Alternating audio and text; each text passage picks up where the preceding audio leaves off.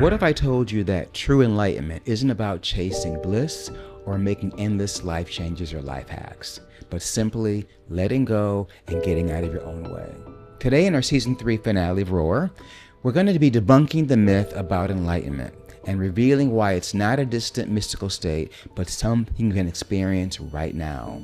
I'm going to share 3 ancient truths that can help you release false beliefs, strip away what's holding you back, and find profound meaning in your everyday actions. Don't believe me? Stick around. Welcome to Season 3 of Roar.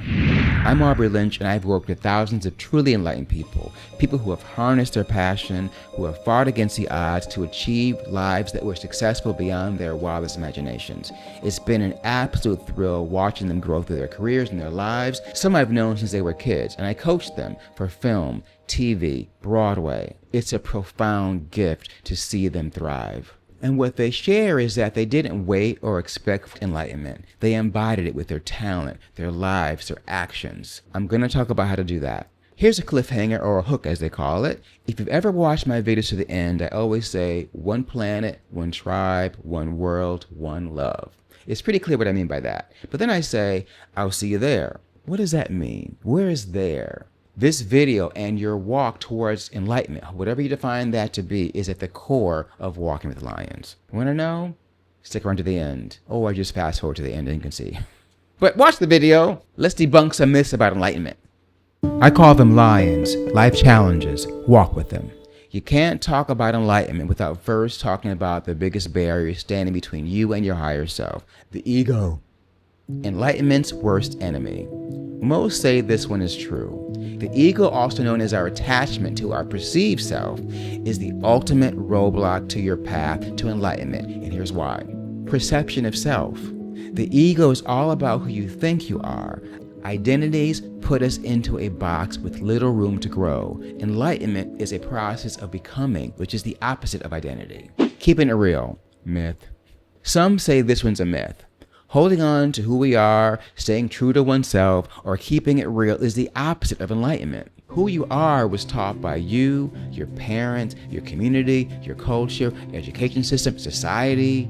Enlightenment teaches us to let go of these strongholds and embrace what's underneath all the identities and labels. In fact, enlightenment shows us that we are not the perception of our experiences, but our true self is the person witnessing the experience through our conscious mind. How about that for a mind twister? I'll say that again. Enlightenment shows us that we are not the perception of our experience, but our true self is the person witnessing the experience through our conscious mind. Enlightenment is hard. Myth.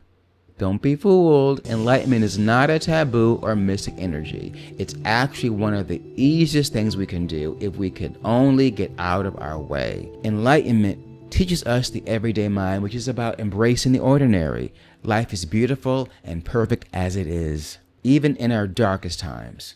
Enlightenment requires that you do a lot. You guessed it, myth. Many people think enlightenment is about doing a lot, even too much.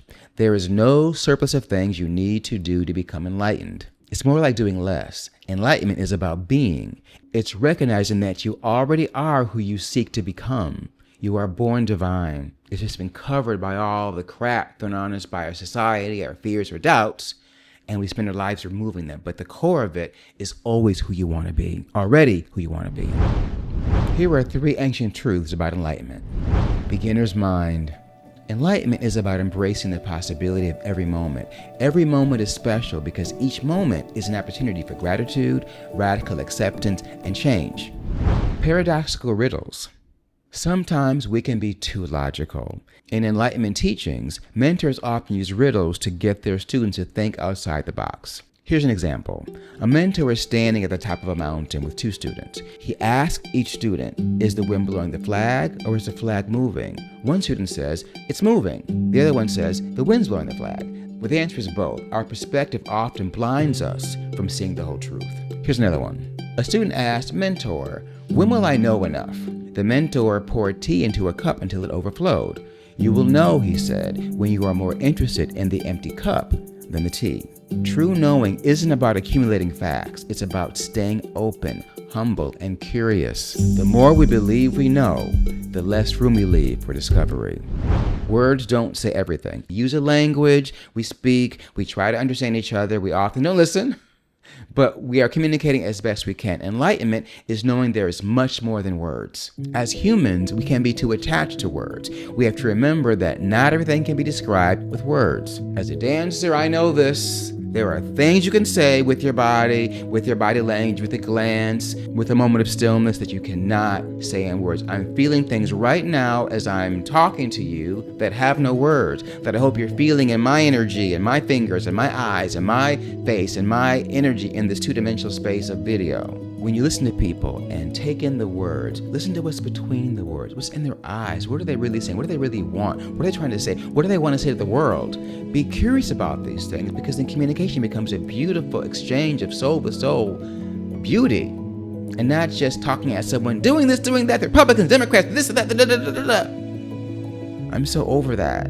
If we could just stop and listen, we could get so much further and be in a state of enlightenment together. Enlightenment teaches us that some things cannot be said but must be expressed with action or communicated from mind to mind as an understanding of one another. Now for the I'll see you there cliffhanger. I'll see you there meaning a place of enlightenment. It takes one to know one. Enlightened people know each other, relate to each other, protect each other. We live in a space of self-love, love and curiosity of others, empathy, compassion, kindness, respect, care, all the ways we want to be for ourselves and the world. We're just a bit distracted right now by a few people who value money and power above all else. They even want that more than they care for us. They are not enlightened. But I believe that enlightenment is contagious, and if we can strive for enlightenment right now, we can tip the scale once and for all, and the world may shift. So we don't always need picket signs and marches. We do need those, and we should be doing those right now. But we also need to strive for enlightenment, and that's what ROAR is all about. Thank you for watching, and please check out these other episodes. If you like this video, you'll like this one and this playlist. One planet, one tribe, one world, one love.